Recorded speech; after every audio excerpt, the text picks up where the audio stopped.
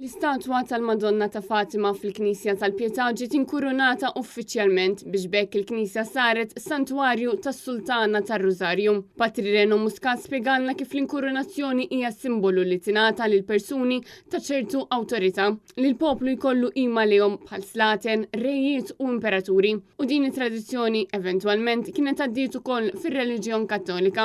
Aħna bħala nsara l-Madonna suwa qalet istess ġew Fatima hija s-Sultana tar-Rużarju ta' Fatima, ekku se nagħmlu b'mod tanġibbli, b'mod viżibbli, ħanpoġġu l-kuruna regali fuq rasa bħala sinjal ta' qima u bħala ċieda ta' Reġina Sultana li veramenti.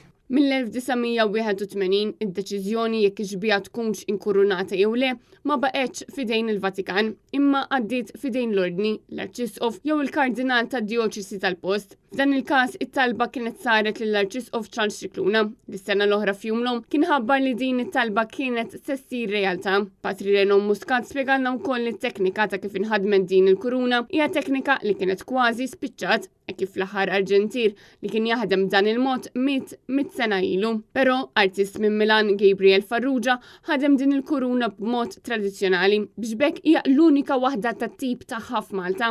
Ruben Mifsud, membru tal-Kumitat Organizzattiv, spjegalna li għalihom din l-inkurunazzjoni tfisser il-kulminazzjoni tal-istorja tal-parroċċa li bdiet fl-1954. Il-kelma li kienet tiġi użata hija imbena santwarju, mhux inbniet knisja, id-Dominikani bnew santwarju f'Tal-Pietà.